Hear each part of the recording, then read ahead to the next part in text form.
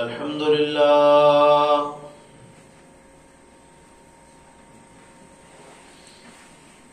الحمد لله نحمده ونستعينه ونستغفره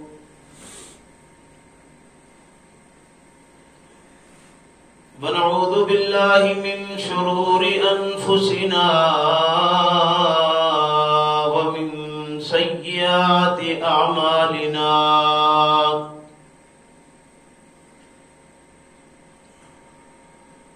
من يهده الله فلا مضل له ومن يضلله فلا هادي له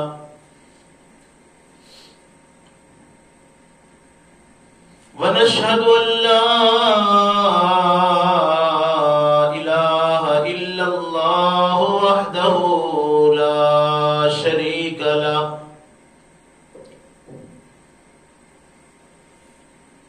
ونشهد أن محمدًا عبده ورسوله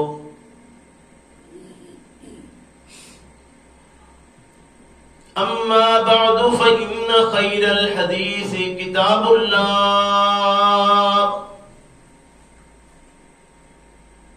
وخير الهدي هدي محمد صلى الله عليه وسلم وشر الأمور محدثاتها وكل محدثة بدعة وكل بدعة ضلالة وكل ضلالة في النار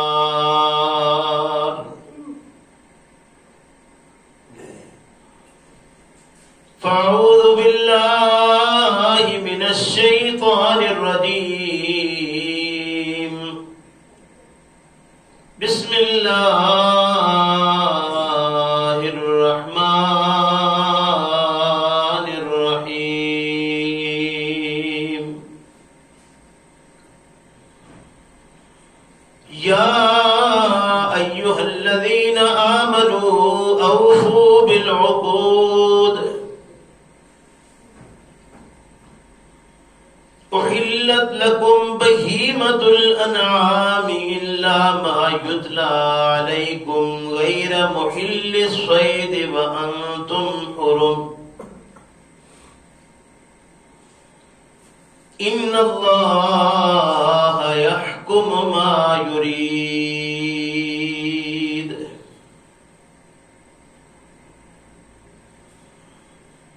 بسم اللہ الرحمن الرحیم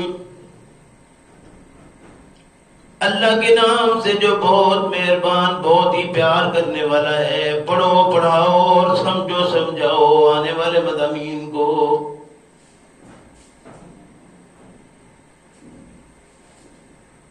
یا ایھا الذین آمنوا اے ایمان والو اوفوا بالعقود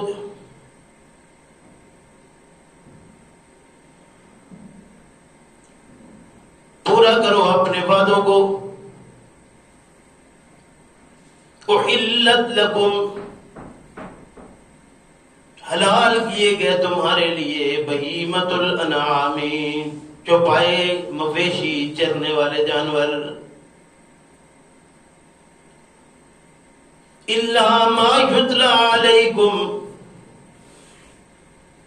مگر وہ جو پڑھے جاتے ہیں اوپر تمہارے وہ جو پڑھے جائیں گے اوپر تمہارے آگے جن کے متعلق تمہیں اطلاع کر دی جائے گی. غیر محل الصید وانتم حرم نہیں حلال شکار کرنا اس وقت جب تم احرام کی حالت میں ہو. ان اللہ بلا شبہ اللہ یحکم ما یرید حکم کرتا ہے جو وہ چاہتا ہے. سبحان ربک رب العزت يصفون وسلام على المرسلين والحمد لله رب العالمين.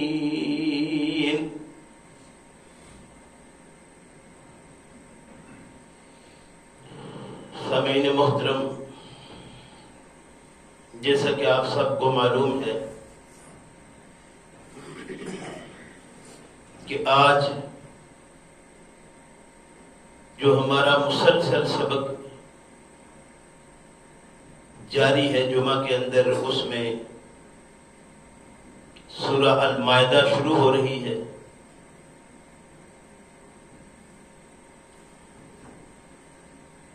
اس سلسلہ میں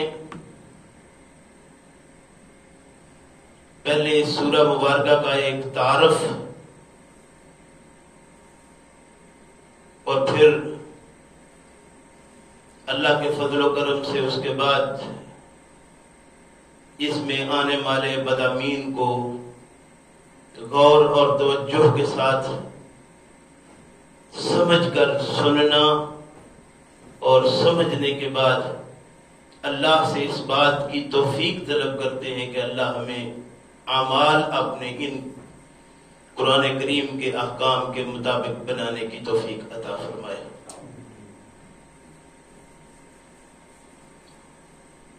یہ سورہ مبارکہ کا نام سورہ المائدہ، یہ اس سورہ مبارکہ کی 14 نمبر آیت سے لیا گیا ہے.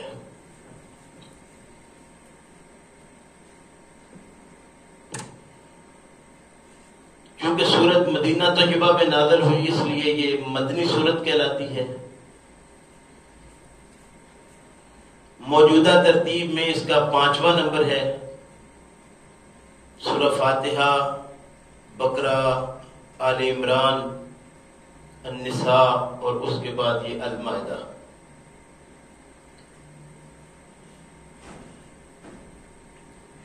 نزول کے اعتبار سے اس کا نمبر 112 ہے.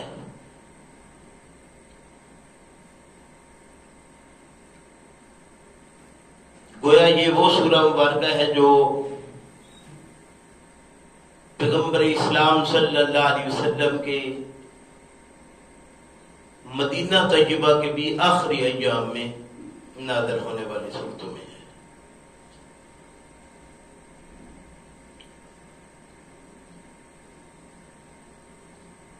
اس میں 16 رکوع ہیں اور 120 آیات ہیں اس کی.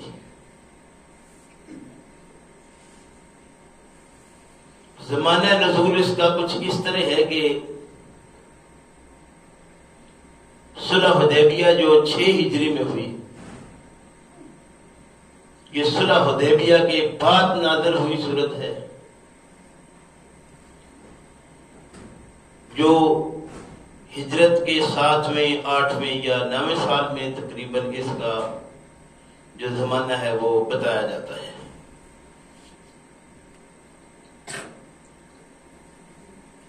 اس سورہ مبارکہ میں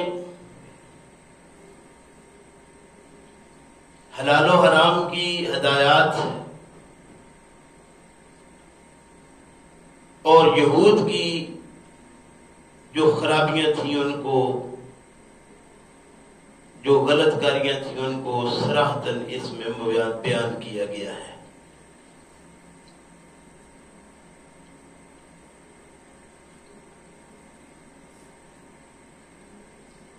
اس کے مضامین کو اس انداز سے سمجھا جا سکتا ہے کہ اس کی پہلی آیت سے لے کر 11 آیت تک شاعر اللہ کی حرمت، مردار جانوروں کی فہرست، دین کی تکمیل جیسے وضو، غسل، تیمم اور عدل و انصاف کے متعلق بیان کیا گیا ہے. آیت نمبر 12 سے 26 تک اہل کتاب خصوصاً یہود کی جو خرابیاں ہیں، غلط کاریاں ہیں، ان کا بیان کر کے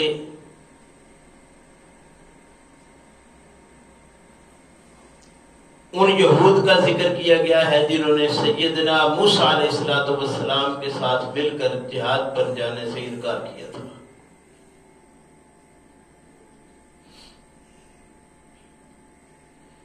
آیت نمبر 27 سے 34 تک سیدنا آدم علیہ السلام کے 2 عرفی بیٹوں کا ذکر اور اس ذکر کر کے اس میں جو ہمارے لیے اسباق ہیں ان کو بیان کیا گیا ہے، اور باغی کی بغاوت پر جو حدود بیان کی گئی ہیں ان آیات کے اندر ہے کہ اگر کوئی شخص بغاوت کر کے حدود کو پھلانگ دے تو اس کا انجام کیا ہوگا، اس کی سزا کیا ہوگی۔ آیت نمبر 35 سے 40 تک قرب الہی کے حصول کا بیان ہے، اور ساتھ ہی چور کی سزا، جو چوری کرے تو اس کو کیا سزا ہونا چاہیے اس کو بیان کیا گیا ہے۔ آیت نمبر 41 سے 66 تک اہل کتاب میں خصوصاً یہودوں کی پھر خرابیوں کا بیان کیا گیا ہے، اور یہ بتایا گیا ہے کہ جو اللہ رب کریم کے احکامات کو تسلیم نہ کرے اس پر کیا وعید ہے۔ گویا یہ ساری ہماری اصلاح کے لیے باتیں ہیں، اللہ توفیق عطا فرمائے۔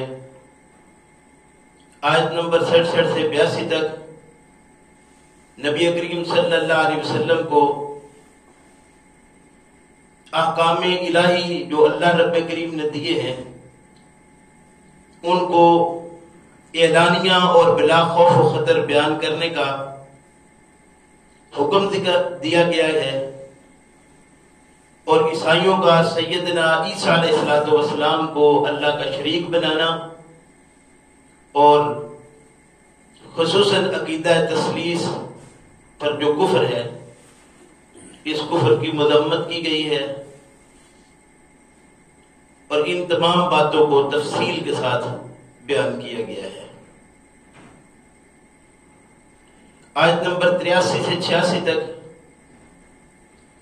شاہ حبشہ نجاشی کا اسلام قبول کرنا اور اس کے ایمان کو تعریفی کلمات سے جو یاد کیا گیا ہے وہ آیت نمبر 83 سے 86 کے اندر ہے۔ آیات نمبر 87 سے 93 تک حرام کو حلال بنانے کی ممانعت کی گئی ہے، قسم کا کفارہ ہے، شراب، جوئے اور بتوں کے ناپاک ہونے کا ذکر کیا گیا ہے۔ آیت نمبر 94 سے 100 تک حج کے دوران خشکی کا شکار حرام اور سمندری شکار کا حلال ہونے کا بیان کیا گیا ہے۔ آیت نمبر 101 سے 108 تک نبی کریم صلی اللہ علیہ وسلم سے ہر طرح کے بے تکے سوالات کرنے کی ممانعت کی گئی ہے، اور سفر کے دوران اگر موت آ جائے تو اس صورت میں اپنا مال کسی دوسرے کے سپرد کرنے کے احکامات اور طریقے بیان کیے گئے ہیں۔ آیت نمبر 109 سے 120 تک سیدنا عیسیٰ علیہ السلام کے نشانات، استعارات و تشبیہات کے رنگ میں بیان کیے گئے ہیں جو براہ راست انسان کے دل پر ایک خاص اثر ڈالتے ہیں۔ نزول مائدہ کی اپیل کا بیان ہے، قیامت کے دن سیدنا عیسیٰ علیہ السلام کے خلاف ان کی امت کے ایک مقدمہ اور اس کے فیصلے کا تذکرہ کیا گیا ہے، اور اسی صورت پر سورہ المائدہ کے مضامین کو مکمل کیا ہے۔ یہ مختصر ایک خلاصہ جو سورہ المائدہ کے اندر ہم نے مضامین پڑھنے ہیں ان کی جو ترتیب ہے وہ آپ کے سامنے ذکر کی ہے۔ بسم اللہ الرحمن الرحیم، اللہ کے نام سے جو بہت مہربان بہت ہی پیار کرنے والا ہے۔ پڑھیے، پڑھائیے، سمجھیے یہ مضامین جو آ رہے ہیں ان کو۔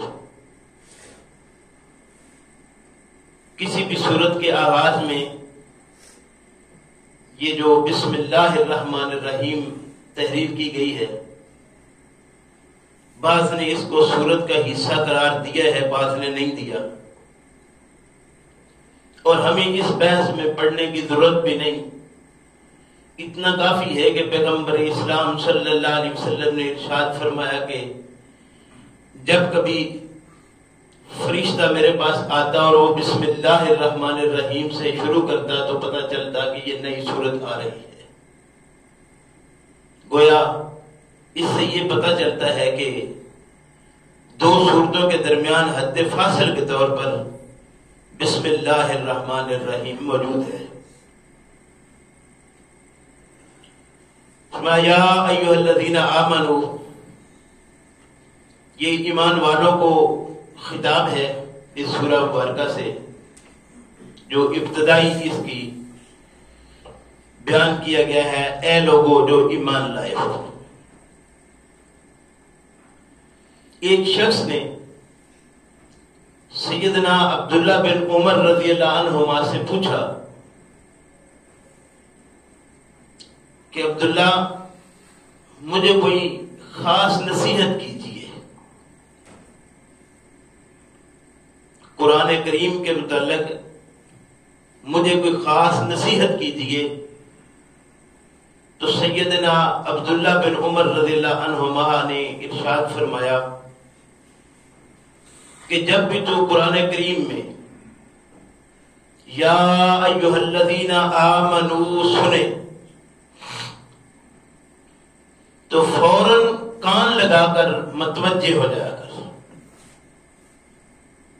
اس لیے کہ اس کے بعد یا تو کسی بھلائی کا حکم ہوگا یا کسی برائی کی ممانعت ہوگی۔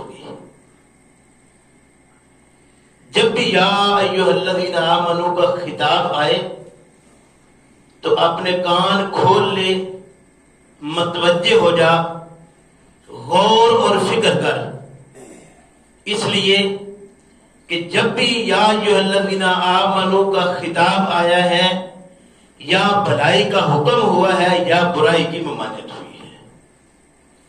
ہر انسان یہ چاہتا ہے کہ میں بھلائیوں کی طرف جاؤں اور برائیوں سے بچوں، تو اس لیے یا ایھا الذین آمنوا آتے ہی انسان کی توجہ اس طرف ہو جانی چاہیے کہ اب آگے کوئی مضمون میرے لیے بہت ہی اہم اور ضروری ہے۔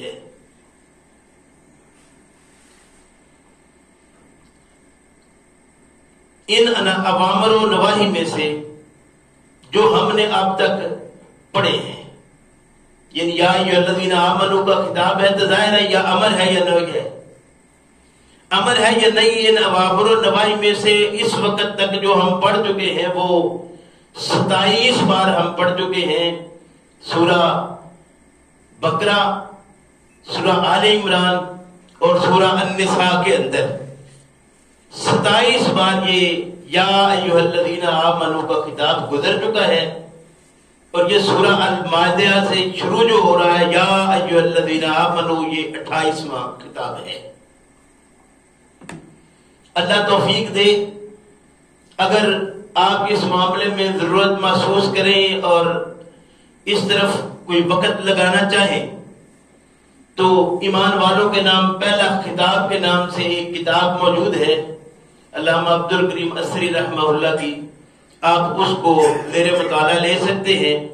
اگر کتابی شکل میں موجود یا نہ مل سکے تو آپ اس کو ویب سائٹ سے اٹھا سکتے ہیں، www.abdulkareemasri.com سے آپ کو یہ کتاب مل جائے گی، وہاں سے آپ اس کتاب کو اٹھائیے، اور اس میں سے جو 88 بار خطاب کیا گیا ہے قرآن کریم میں، اس میں سے پہلے خطاب کی تفصیل اور باقی کو اشارتاً بیان کیا گیا ہے۔ اگر آپ اللہ توفیق دے وقت نکال سکیں تو یہ 88 خطاب جو ہیں یہ تفسیر کے اندر اس سورہ مبارکہ یعنی سورہ المائدہ کے اس ابتدائی میں بھی دیے گئے ہیں، آپ ان میں سے بھی وہ اشارات دیکھ سکتے ہیں اور ان کو قرآن کریم کے ان مقامات سے جا کر آپ پڑھیے، سمجھنے کی کوشش کیجئے۔ انسان کے لیے ہر امر اور نہی کا جو معاملہ ہے وہ بہترین طریقے سے بیان کیا گیا ہے۔ اللہ توفیق دے کہ قرآن کریم کی طرف توجہ کریں۔ یا ایھا الذین آمنوا، یہ 28واں جو خطاب کیا گیا ہے ایمان والوں کو مخاطب کر کے ایک بات بیان کی گئی ہے، وہ بھی سمجھنے کی ہے۔ وہ کیا ہے؟ فرمایا اوفوا بالعقود، اپنی عہد کو پورا کریں۔ ایمان والوں کو حکم کیا دیا گیا ہے کہ اپنے وعدے پورے کرو۔ عقود عقد کی جمع ہے۔ عقد کہتے ہیں کہ ایک چیز کے دو سرے ہیں، ان دونوں سروں کو آپس میں گرہ لگا دینا، یا کوئی دو چیزیں لے کر، جیسے دو رسیاں آپ پکڑتے ہیں تو ظاہر ہے دو رسیاں لیں گے، 4 سرے ان کے ہوں گے، 4 سرے ہوں گے تو ان کے 2 سرے آپس میں پکڑ کر اس طرح باندھ دیے جائیں کہ ان کا کھلنا اتنا آسان نہ ہو بلکہ مشکل ہو جائے، اسے کہتے ہیں عقد، گرہ لگانا۔ ایسی گرہ دو چیزوں کی کہ ان دونوں کو آپس میں باندھ دیا جائے، اسے کہتے ہیں عربی میں عقد۔ اور جتنے بھی معاہدات ہیں ان کو عقد ہی کہا گیا ہے، اور ہمارے ہاں نکاح کو بھی عقد کہا گیا۔ نکاح کو عقد کیوں کہا جاتا ہے؟ کہ یہ بھی ایک معاہدہ ہے، معاہدہ ہے، اور معاہدہ میں ایک گرہ لگائی جاتی ہے۔ دونوں فریق آپس میں اس طرح بندھ جاتے ہیں کہ زمانے میں کوئی کام کرنا یا چھوڑنا ہے تو ان کی آپس میں کچھ معاہدات ہیں جو فریقین کے بیچ ہوئے ہیں کہ ہمیں یہ کرنا ہے اور یہ چھوڑنا ہے۔ جو کرنا اور چھوڑنے میں آپس میں معاہدہ طے پا جائے اس کی پاسداری کرنا کہ ہم دونوں اس پر متفق ہو چکے ہیں، جس بات پر اتفاق ہوا ہے اس کو تسلیم کر لینے کے بعد اس کے مطابق اپنی زندگی کو گزارنا ہے، اس لیے اسے عقد کہا جاتا ہے۔ کہ ہم اب تک آزاد تھے، اب ایک لحاظ سے آپس میں معاہدہ کر کے ہم ایک دوسرے کے پابند ہو چکے ہیں، اور یہ پابندی ہی اصل میں معاہدہ ہے۔ جو اصل عقد تھا وہ یہی تھا کہ جب ایک دوسرے کے ساتھ ایک بات طے کر لی تو اس طے پا جانے کے بعد فریقین کا ان پر پابند ہونا، یہ اصل میں عقد تھا کہ ہمارے باہمی معاہدات ہیں، ان معاہدات کی پاسداری اب ہم پر لازم ہو چکی ہے۔ اب یہ معاہدات کئی طرح کے ہیں۔ عام معاشرتی زندگی میں اگر دیکھا جائے، ایک تو یہ ہے جو شادی کا بندھن ہے، اس کے علاوہ بھی بہت سارے معاملات ہیں جن کے معاہدے طے پائے جاتے ہیں۔ مثال کے طور پر یہ جو کھانے کے معاملات ہیں تو ان میں بھی کوئی معاہدات ہیں، انسان نے معاہدہ کیا ہے کہ حلال کھانا ہے، حرام نہیں کھانا، تو آزاد ہے نا انسان، حرام اور حلال دونوں پر یہ ایک لحاظ سے آزاد ہے، پابند نہیں کیا گیا۔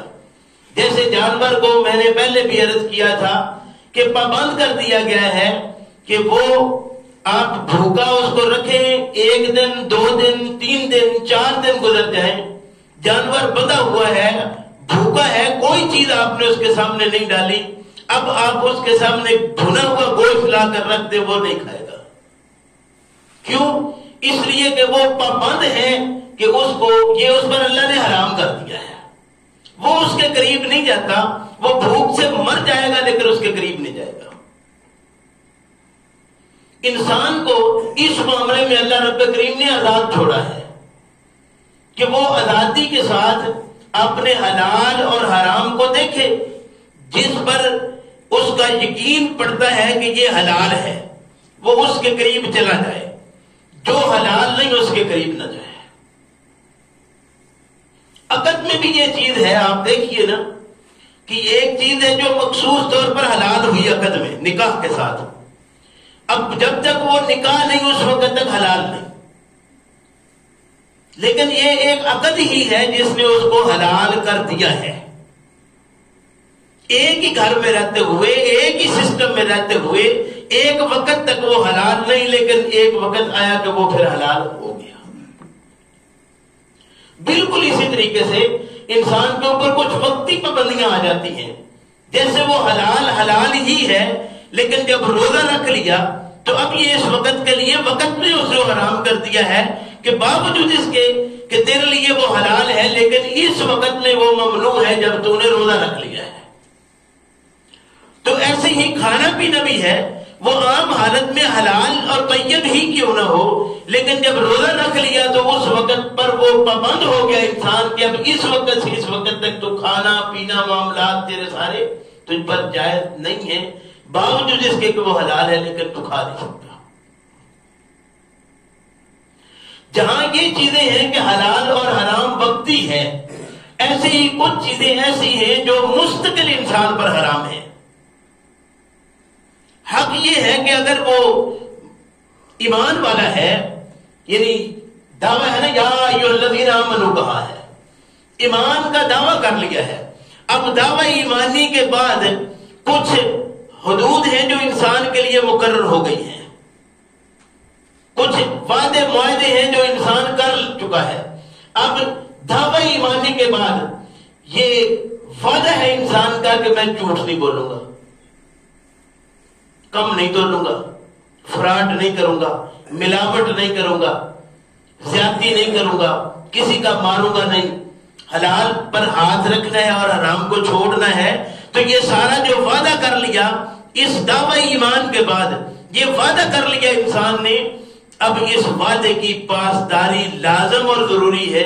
اگر نہیں کرتا تو ظاہر ہے یہی وہ اوامر و نواہی ہیں جن کو ایمان کا دعویٰ آنے کے بعد، یعنی جب خطاب کیا گیا یا ایھا الذین آمنوا، تو اس کے بعد یہ وعدے تھے جن کی پاسداری لازم ہوتی تھی۔ اگر دعویٰ ایمان کا کر لیا اور دعوے کے مطابق پاسداری دعوے کی نہ کی، وعدے کی نہ کی، تو نتیجہ صحیح نہیں نکلے گا۔ یا ایھا الذین آمنوا، اے ایمان والو، اوفوا بالعقود، اپنے عقد کو، اپنی گروہوں کو، اپنے وعدوں کو پورا کرو۔ وعدے کی پاسداری اتنی ضروری شے ہے۔ یہ کھانے پینے کے معاملات تھے، اس سے اگر آپ آگے بڑھتے ہیں تو وہی ازدواجی معاملات کی طرف آپ چلے جائیں تو اس میں بھی انسان کے کچھ فائدے ہوتے ہیں کہ جس کے ساتھ اس کا جوڑ جڑا ہے، اس کی ذمہ داریاں، اس کا کھانا پینا، رہنا سہنا، اٹھنا بیٹھنا، چلنا پھرنا، ساری اس کی اس مرد کے ساتھ لگ گئی ہیں۔ وہ جو کل تک اس کے باپ کے ساتھ تھی، اب اس کا ذمہ دار یہ بن گیا ہے۔ کیا یہ اپنی اس ذمہ داری کو پورا کرنے کو تیار ہے؟ پیغمبر اسلام صلی اللہ علیہ وسلم نے ارشاد فرمایا یا معاشر الشباب من استطاع منکم الباء فلیتزوج، جوڑا بنانے کے لیے لازم قرار دیا تھا نبی اکرم صلی اللہ علیہ وسلم نے کہ تب جوڑا بنانا ہے جب تم جوانوں ان معاملات زندگی کو پورا کرنے کے قابل ہو چکے ہو۔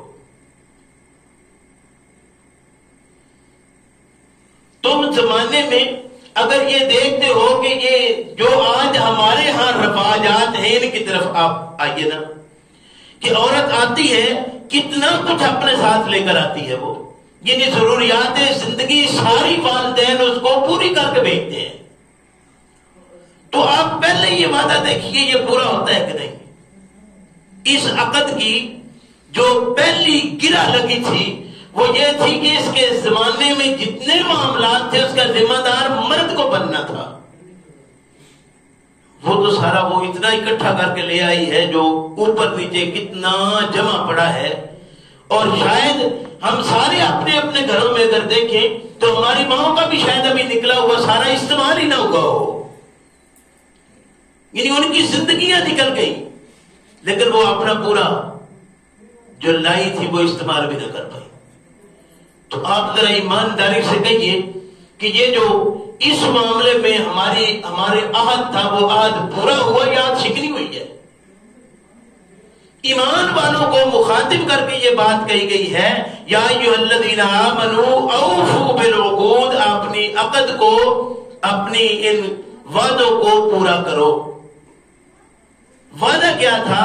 وعدہ یہ تھا کہ یہ جو ذمہ داری کل تک باپ کی تھی آج یہ ذمہ داری اس آدمی کی ہے. لیکن فی زمانے نا اگر دیکھا جائے تو کہیں بھی یہ وعدہ پورے کرنے کے لیے معاملات میں ہم تیار نہیں ہیں. کہتے ہیں کہ ہم ایمان والے ہیں. یعنی یہ کیسا پھر ایمان ہے اور کیسا سلسلہ ہے؟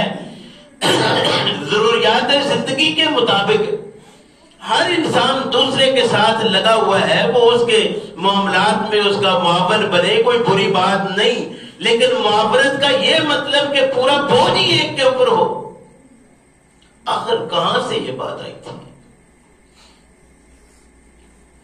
اس لیے ان چیزوں کی طرف خصوصی توجہ اور دھیان تھا. لیکن ہم قرآن کریم کو پڑھتے ہیں تو پہلے یہ ذہن بن جاتا ہے جی دیکھیں اب اس میں حلال حرام علت اور حرمت کا پڑھنا ہے. اس لیے دیکھیے یہ مولوی قابو کدھر سے آتا ہے؟ یہ کہتا ہے قرآن سے سیکھنا ہے. تو پہلے تو اس کو قابو کرنے کا ہم طریقہ دیکھیں کدھر سے یہ قابو آ جاتا ہے. خدا کے بندو یہ تو اصلاح کی کتاب تھی نا. چاہیے یہ تھا کہ ہم مل بیٹھ کر اپنی اصلاح کا کوئی انتظام کرتے، لیکن اصلاح کی بجائے ہم نے ہر ایک نے دوسرے کے کیڑے نکالنے کے لیے کوشش کی.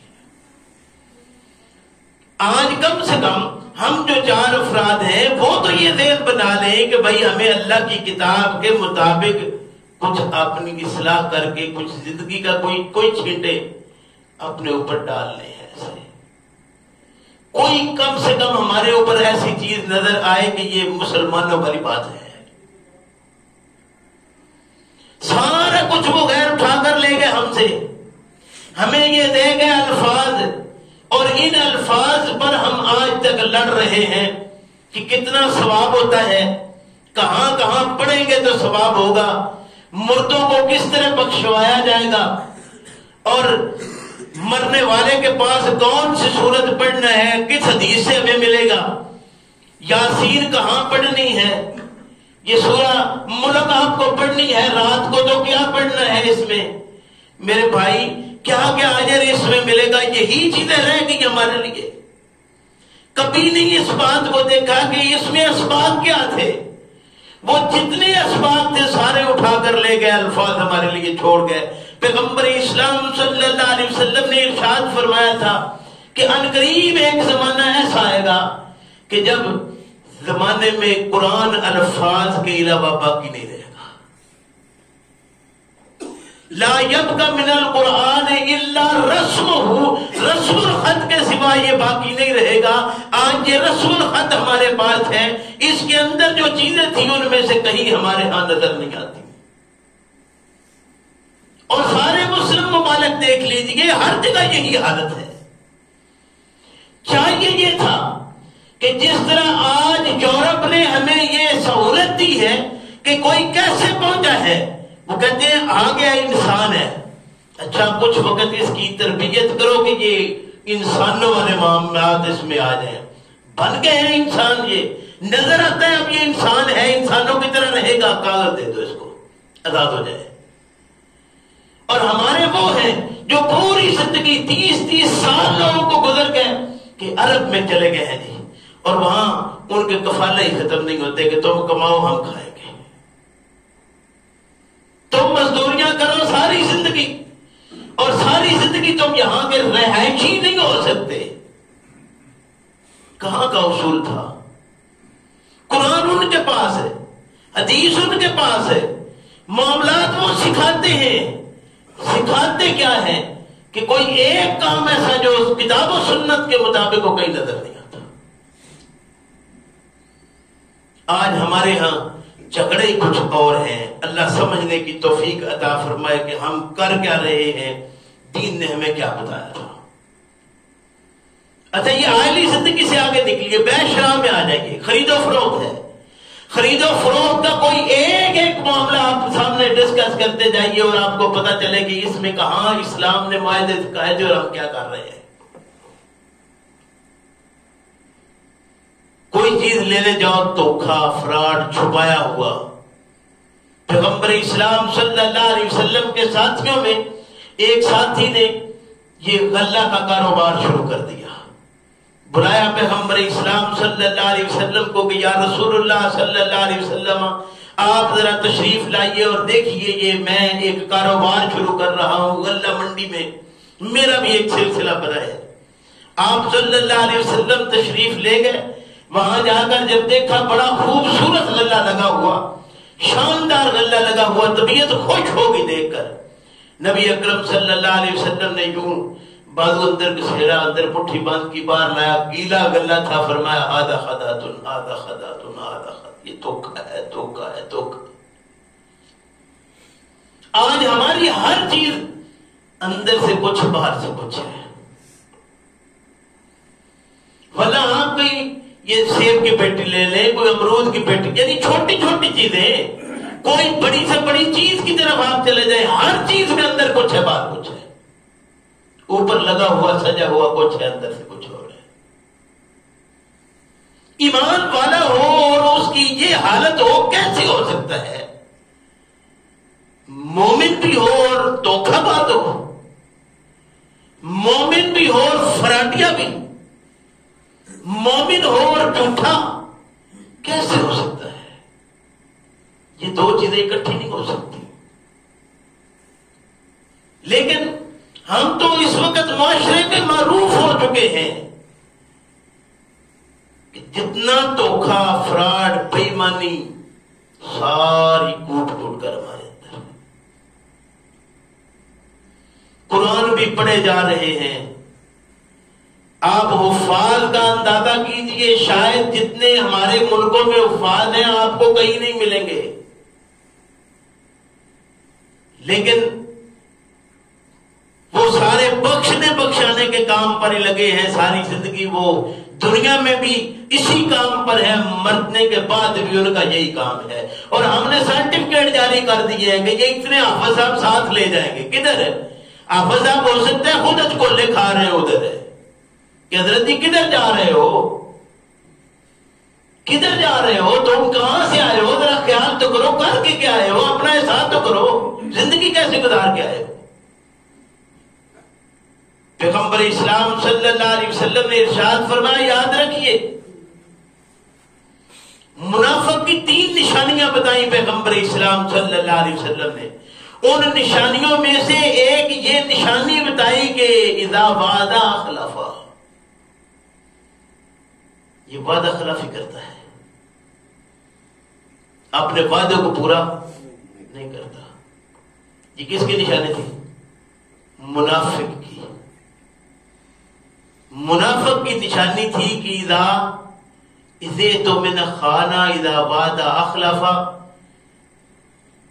امانت دیا جائے تو خیانت کرے، وعدہ خلافی کرے، اور وعدہ خلافی کرے، یہ منافق کی نشانی تھی۔ تو ہمارے ہاں تو کوئی وعدہ پورا ہی نہیں ہوتا۔ پھر کوفیوں کے متعلق معروف تھا کہ وہ اپنے وعدے خلاف کرتے ہیں، کوفی لا یوفی۔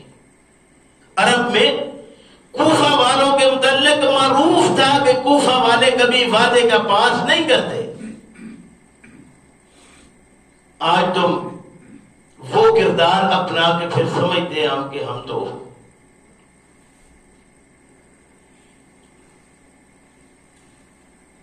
یہ معاہدہ شکنی